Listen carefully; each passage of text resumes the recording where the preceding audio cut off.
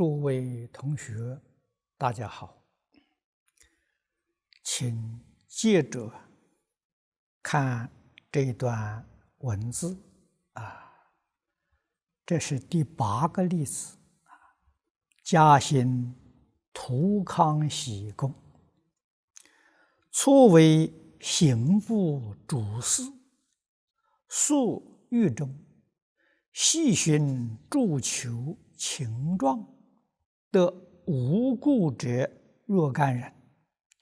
公无自以为公，秘书其事，以百堂官。后召审，堂官执其语，以训诸囚，无不服者，设冤役10余人，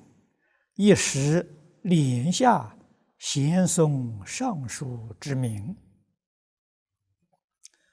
我们看这一段，嘉兴也在浙江省。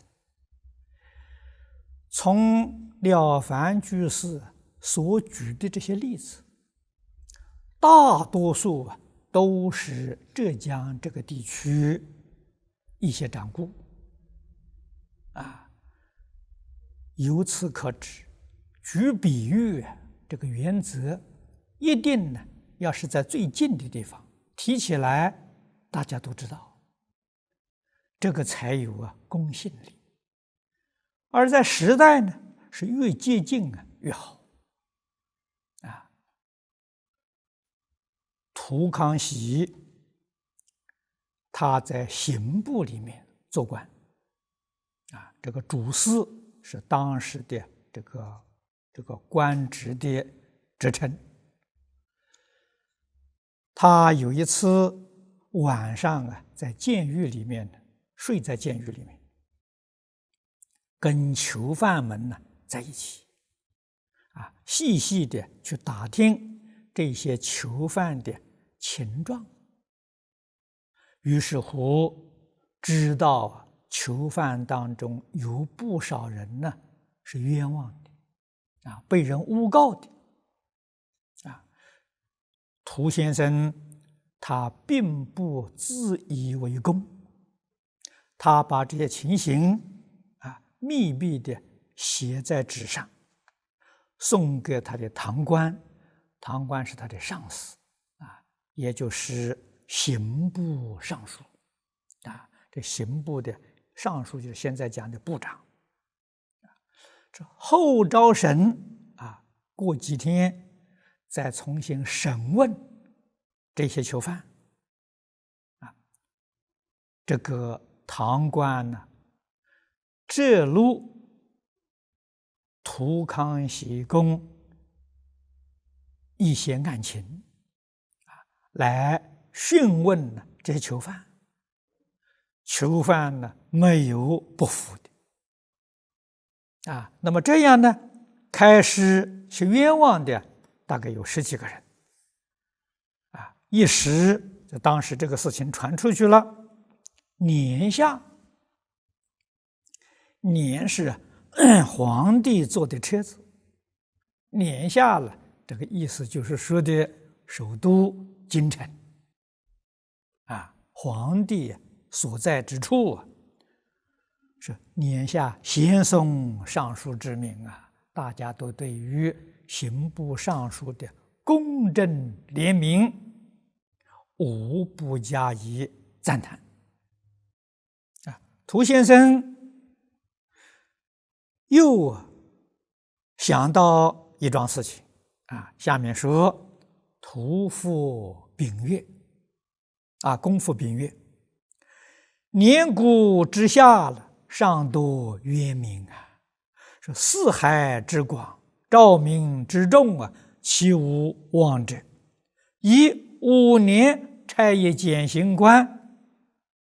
何时而平反之？这是他上的建议，给这个尚书的建议。他是在京师京城这个地方，还有这么多冤枉的人。那京城以外，在全国里面，民众多了，哪里没有冤枉的呢？想必冤枉人很多一是应该5年派一位检行官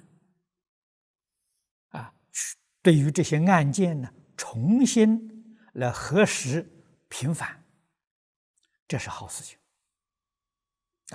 上书为奏他的长官这个刑部尚书同意他这个意见，把这个意见呢奏给皇帝允其意，皇帝同意，使公议差监行之力涂康熙公也被派遣为检行官之一这个是平反许许多多冤枉的人。他说：“孟一审告之曰：如命无子，今检行之意，甚合天心。”这是感应自己能够修德积善，上合天心上帝无不爱护一切众生，所谓是上天有好生之德。你的做法，你的建议非常与天心相应所以你命中没有儿子，现在上帝赐汝3子这个他并没有求儿子没有求儿子，得到这个感应，是借一子要经，世袭夫人有生，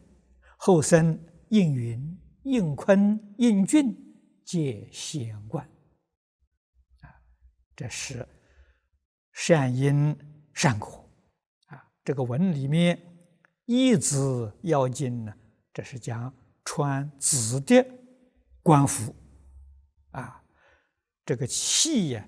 这个金的腰带，这个是高官我们知道古时候的礼服，皇族穿的是黄色的龙袍那只限于皇族。文武百官呢，这个文官里面，这个紫袍是爵位最高的大概都是这个尚书以上的部长以上的这个官服才是这个紫色的这是一个例子下面呢第9个例子是包平这个人呢资助修缮寺庙也得的感应。家姓包平，字信之，其父为池阳太守，生7子，平最少，坠平湖元氏，与吾父往来甚厚，博学高才，累举不第，留心2世之学。我们看这一段嘉兴人包平啊，他这里连他的字啊、姓支都写出来了。由此可知，包平跟了凡先生相当熟悉。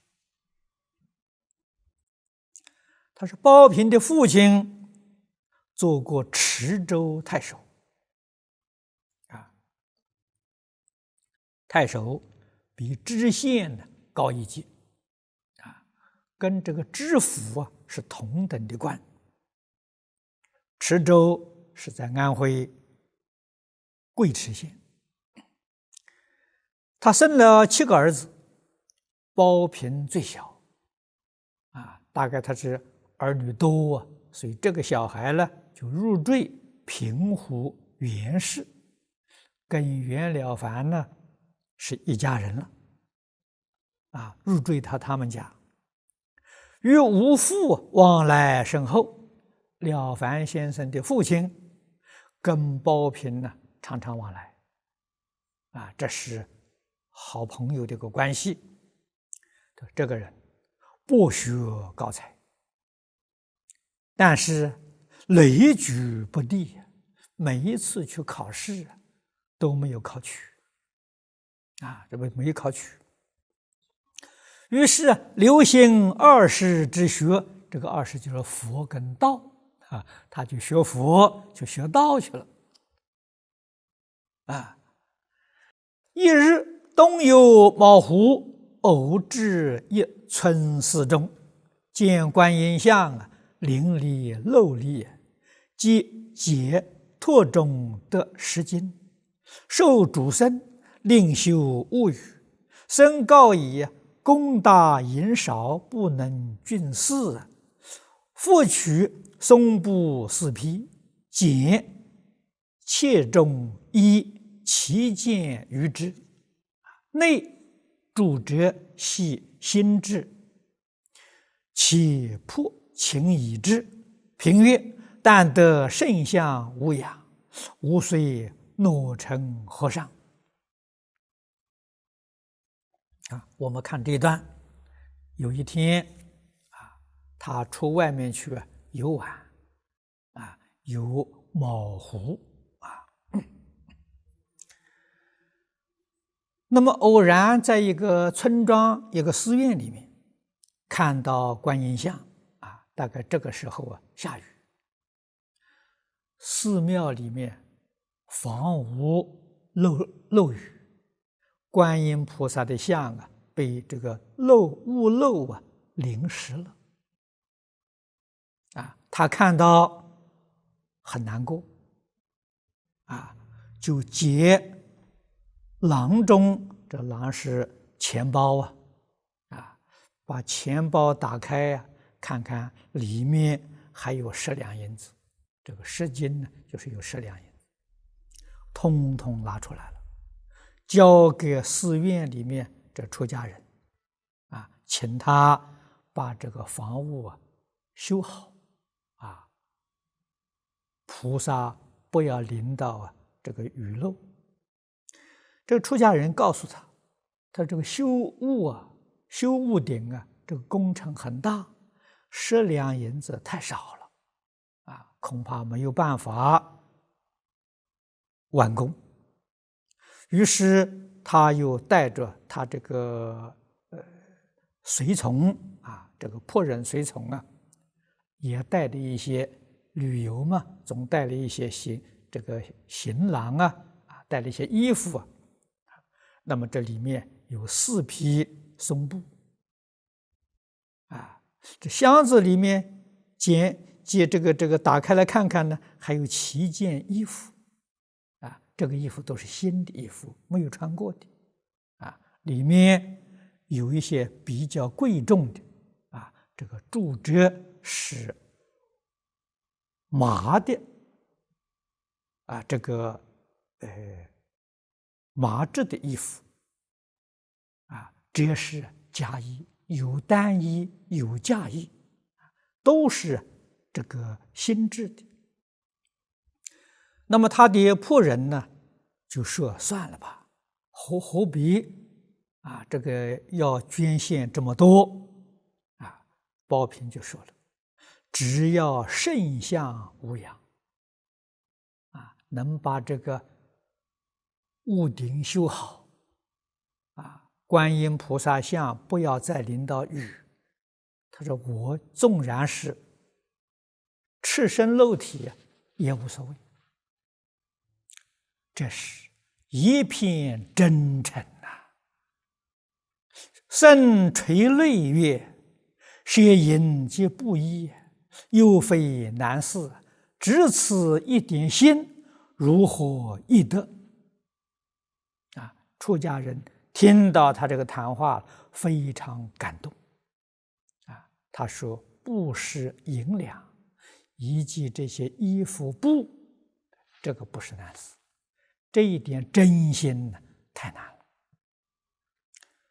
后供完，拉老父同游，叙四种。公梦伽蓝来谢曰：孺子当享世禄矣。后子辩生圣方，皆登第做贤官。包平等待这个庙里头屋顶修好了就拉着他父亲一起去看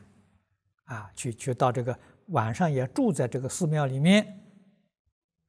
包平晚上梦到伽蓝神，现在是护法神护法神来感谢他他说你的儿子会享世禄了会得到福报了。果然以后他的儿子辩，他的孙子圣方都登第这个登第是指中进士的学位做显官，这是子孙贵贤之宝。那么这是修善寺院道场造佛像的功德很大。佛在大藏经里面有一部经叫《造像功德经》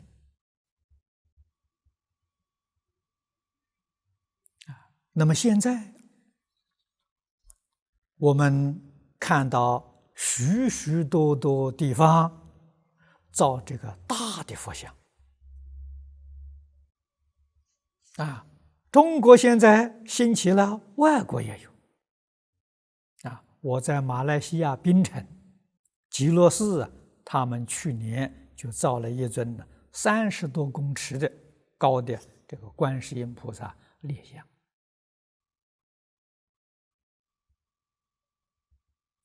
那么我们要问，这造像到底有没有功德呢？看到包平这个故事就晓得，造像确确实实有功德但是功德必须要具足条件。如果只造佛菩萨形象，没有弘法利生，一般人看到佛像认为是迷信。这个像造在那里，不但没有利益，反而让许多众生造罪业，这就错了所以弘法利生非常重要。一个道场一定要讲经，一定要修行。所谓是戒门行门，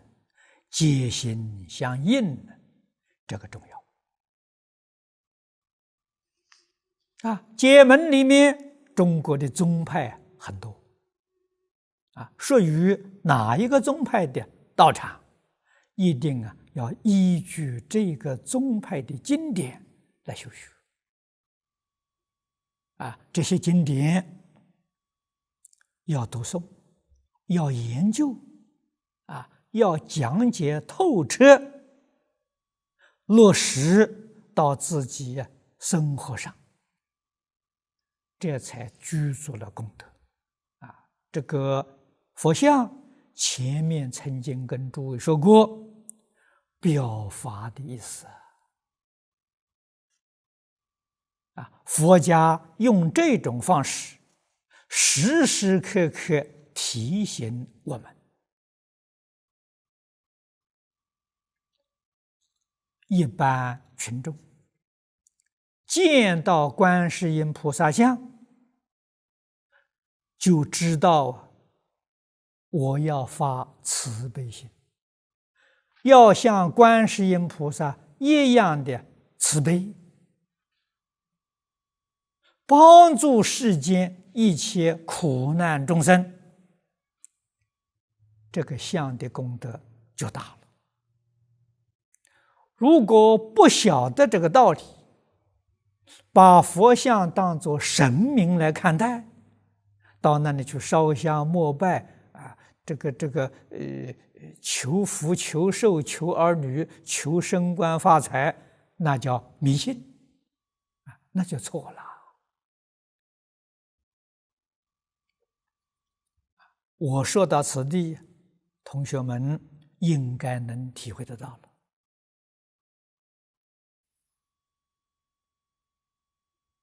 我们在现代这个社会，要怎样学佛？怎样才能得到佛法真实的利益？行门里面也个个不相同。像天台，他修止观；禅宗里面，他参话头，或是用观心；密宗里面用持咒；我们净土宗里面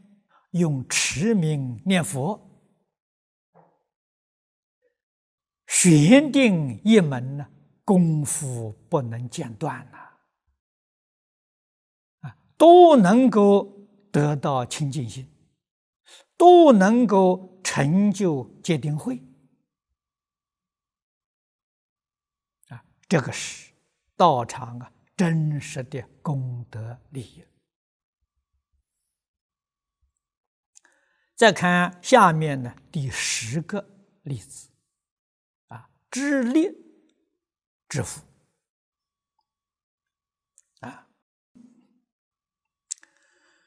这也是浙江嘉善人，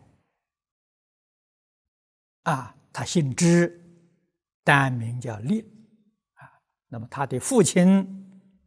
为刑房吏也，在衙门里面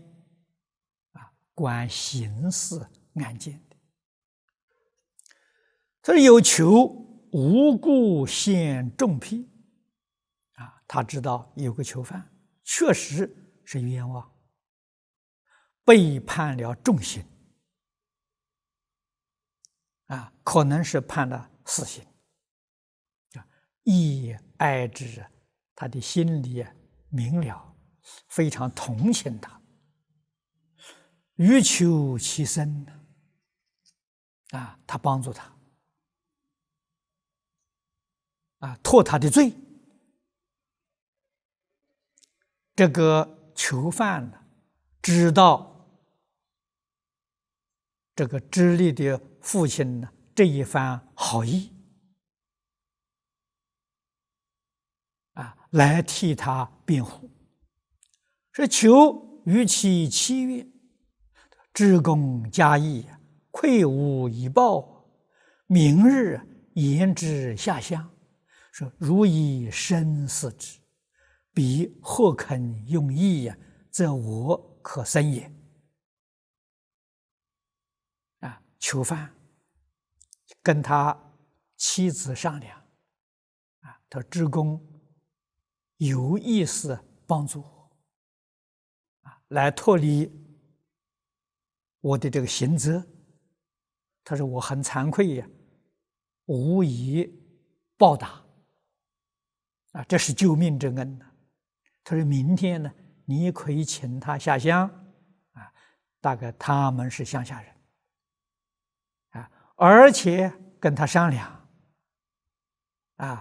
要他以身试之。他说或者职工会更用心这样子我可以能够生还了。其妻弃儿听命这个太太也非常贤良果然就照这样做了。既至，其自处劝酒，居告以复议，知不听，作为尽力平反之。那么这个囚犯的太太自己出来劝酒，把她丈夫的意思告诉职工。职工听了之后不接受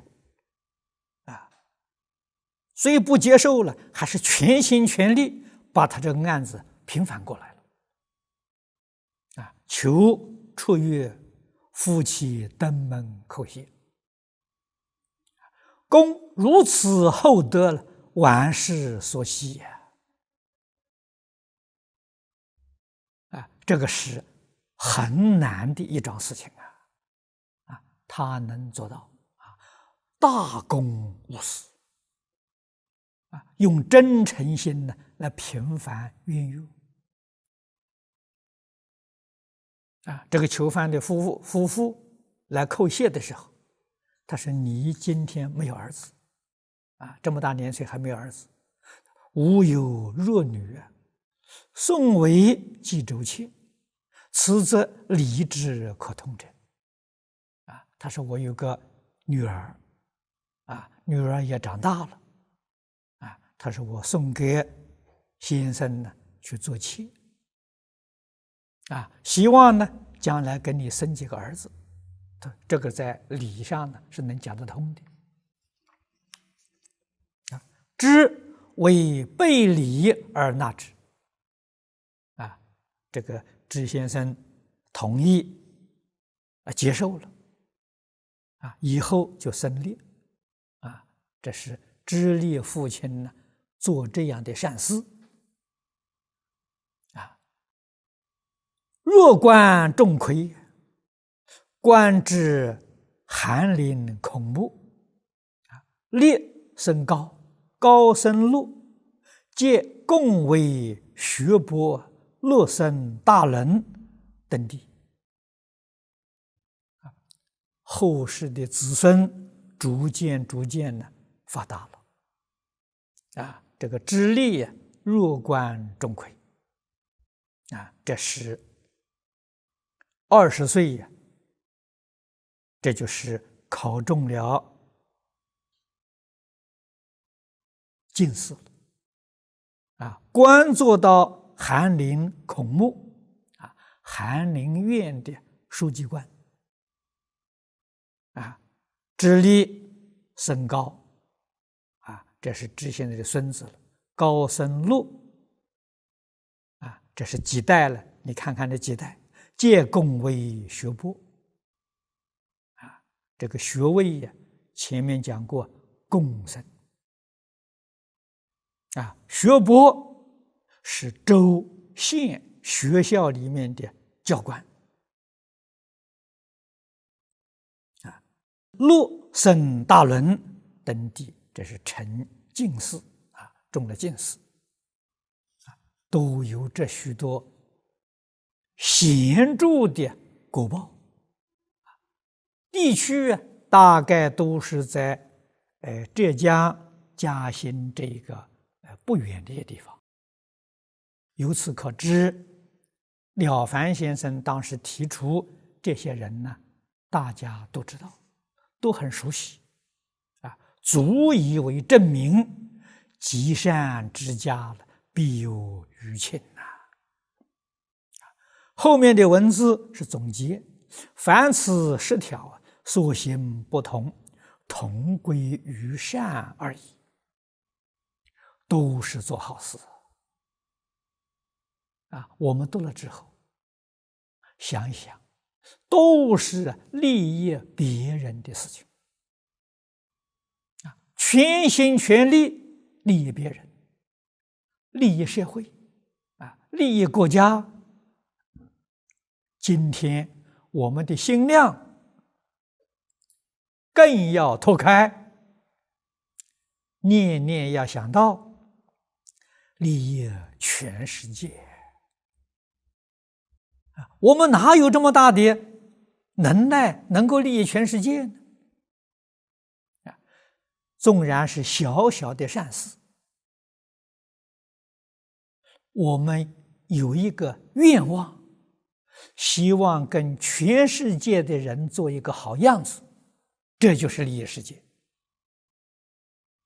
事无论大小啊，但看你用心呐。所以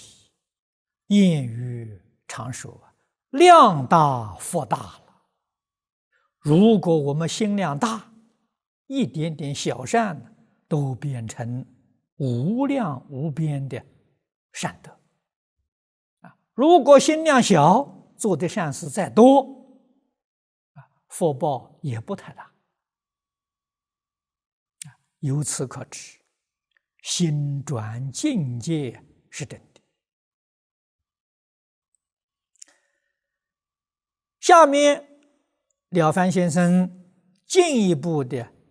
在教训他的儿子，告诉他什么是善，这很重要啊！必须有能力辨别啊！请看原文：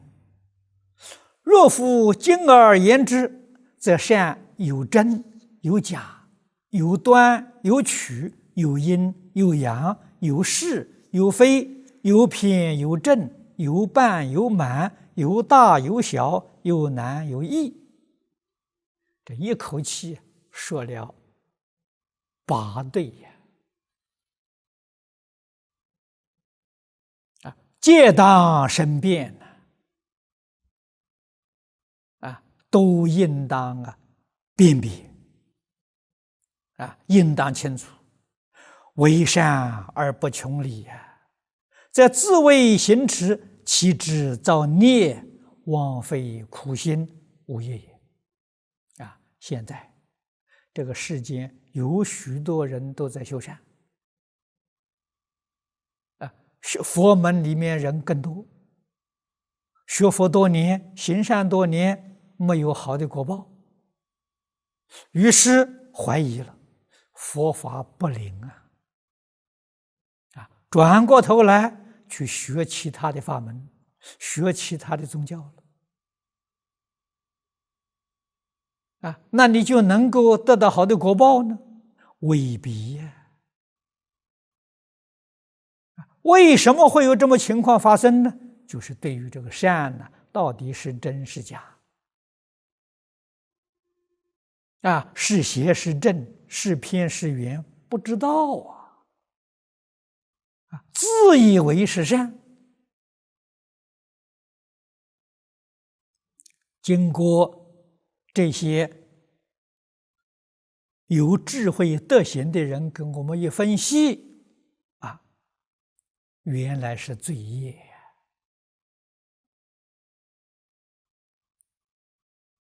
我们要想修善积德，首先得把这些事情搞清楚那么现在我们一桩一桩的来研究它底下第一段真假何谓真假呢？这个必须要辨别他举例子说，现有儒生苏辈儒生是念书的学生一中风和尚中风和尚元朝时候人，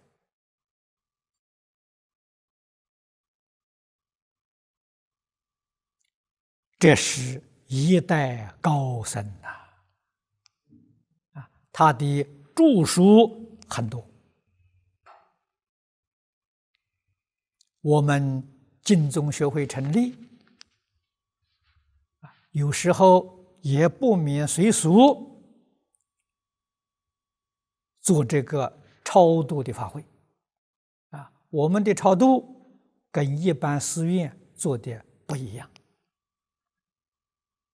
我们只采取一个方法，多半呢是在佛期圆满之后的一天，我们做一堂30系念的佛事30系念这个佛事的仪规就是中峰和尚做的他的作品这个佛事名扬两利这些年来我们在中国在外国普遍的宣扬所以净宗同修对中峰和尚不会生疏。问曰这时有一些念书人向中峰和尚请教，他说：“佛是论善恶报应，如影随形这佛家跟道家都常讲善恶报应如影随形。他说：“今某人善而子孙不幸某人恶而家道隆盛，佛说无极矣那佛这个说法靠不住为什么看到这个人做善，他的子孙不发达；这个人做恶，他的家道非常兴隆。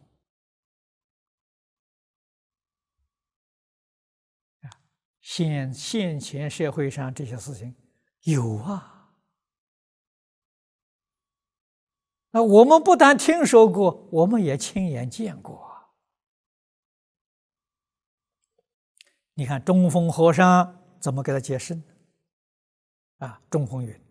凡情未替，正言未开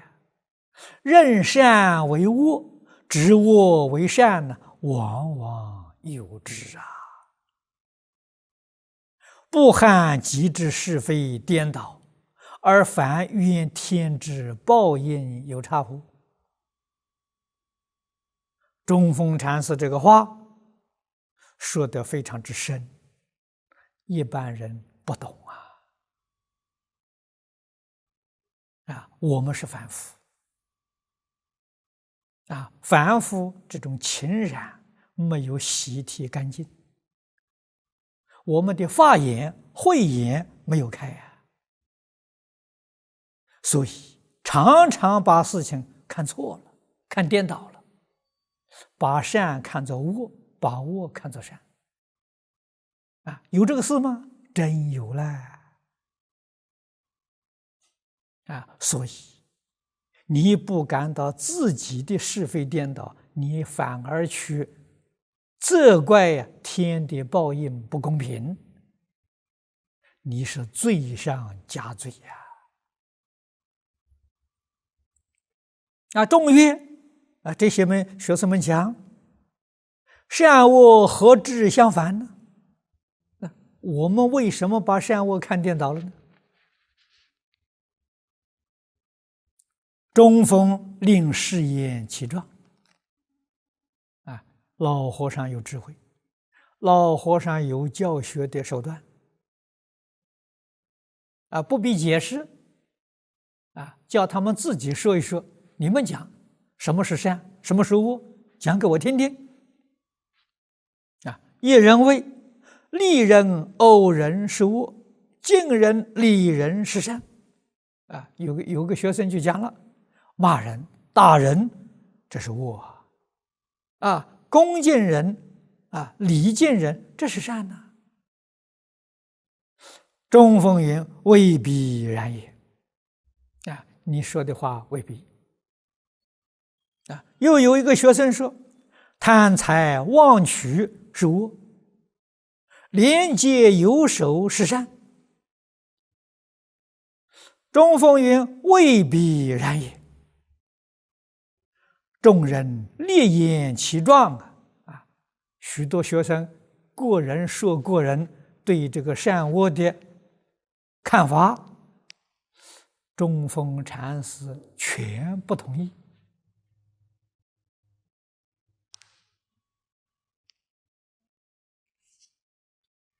可见的这些年轻人知识浅薄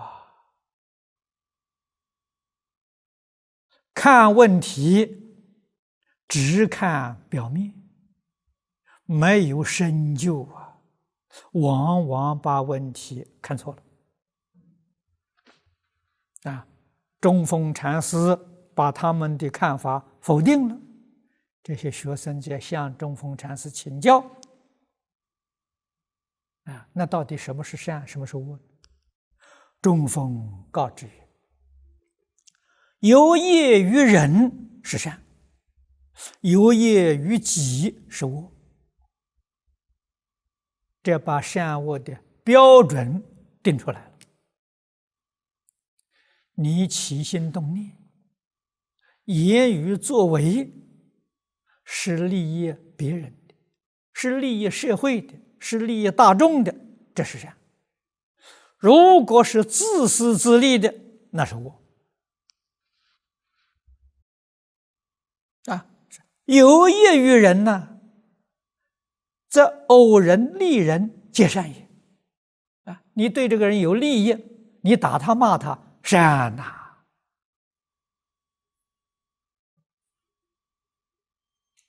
父母教训儿女，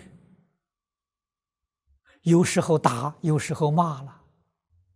为什么呢？为小孩好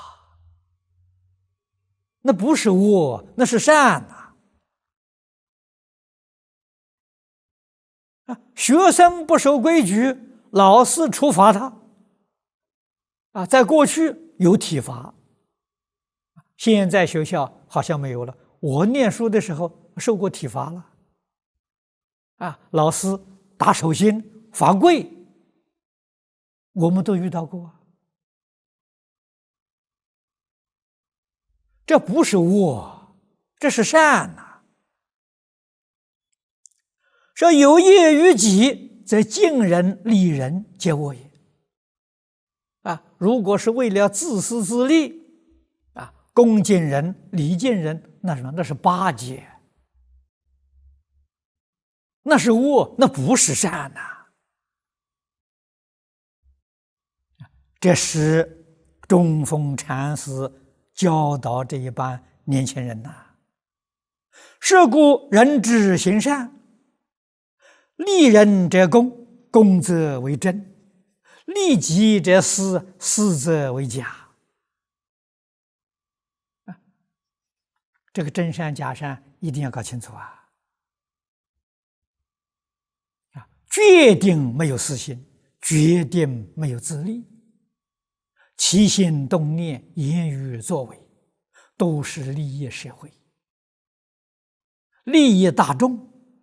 今天讲是利益世界是利人，这大公无私公是真的，这个善是真的利己那里是私心私心这个善是假的，不是真的又根心者真，系己者假这再进一步说，如果发心，你这个发心是从你真心里面发出来，利益大众的，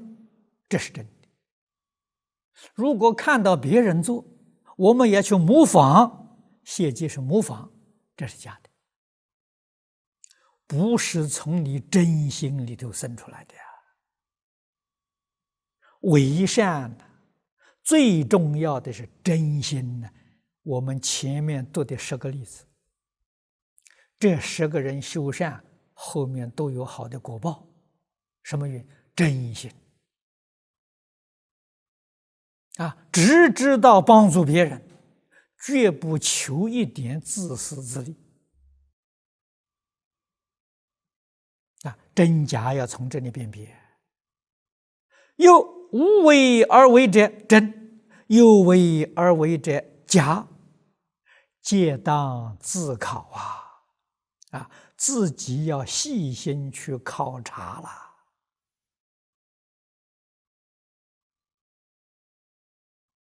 啊！我们无为而为，就是我们所做的这个善事，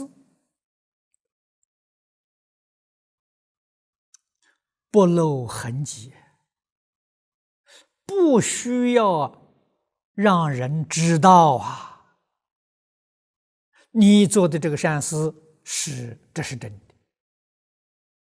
啊，这叫阴德啊！如果是有为而为，你是有企图，是有目的，你才做这桩善事，这个善事是假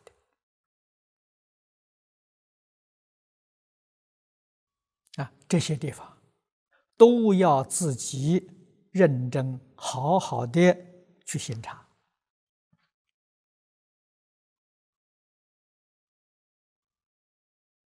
第二呢，讲端曲啊，何谓端曲呢？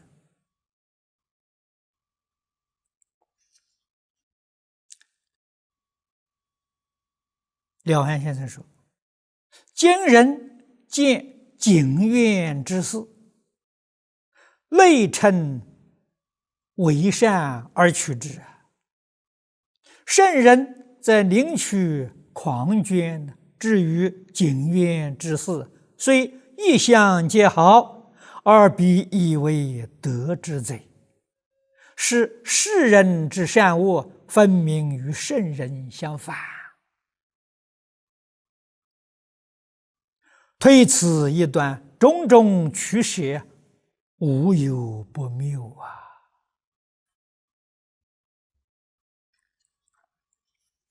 这一段说什么叫端，什么叫取啊？现在的人看到谨慎啊，这个不取降的人，都称他这是善人啊，社会上都很尊重他啊。可是古时候的圣贤，他宁愿欣赏这个人呢有志气，肯进取啊，或者是安分守己，不肯乱来的人，因为这样的人，他才有胆识啊，他才真正能够为群众服务啊，为国家担当大任啊。如果这个乡里的人虽然很谨慎啊，虽然是个好人，个性非常柔弱，随波逐流，没有志气，没有担当，这样的人啊，夫子称为乡愿以为德之贼啊，德之贼，他不是一个好榜样啊，人人都学他，那就坏了。所以世间人对于善人恶人的标准，跟圣人恰恰相反啊！说推此一端呢，种种取舍，无有不谬啊！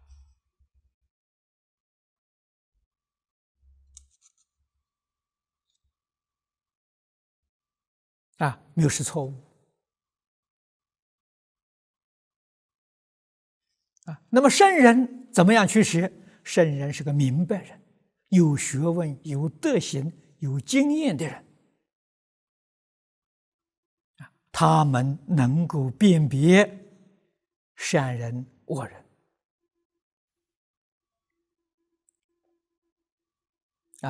底下几句话说得好：天地鬼神之佛善祸淫，皆与圣人同是非也，而不与世俗同去邪。这是讲到天地鬼神他们的见解跟圣贤人相同，与世俗人的这个看法确确实实不一样鬼神如何福善祸淫？前面举的这些例子，我们都能够观察得到那我们要问，鬼神是不是有权来将这个祸福降临于人呢？没有，这个要懂得，鬼神并没有权。就好像我们这个世间人有人行了善事，有人做了恶事这个执法的人员，那些刑警来加刑罚给你，是不是他有权加呢？不是，是因为你犯了罪呀，他才拿手镣脚铐来铐你呀。你不犯罪，他不敢侵犯你天地鬼神就像刑警一样是因为你自己造作的善与不善所以他来嘉奖你他来惩罚你。这个奖励惩罚都是自作自受这个道理一定要懂。好，我们今天讲到这里。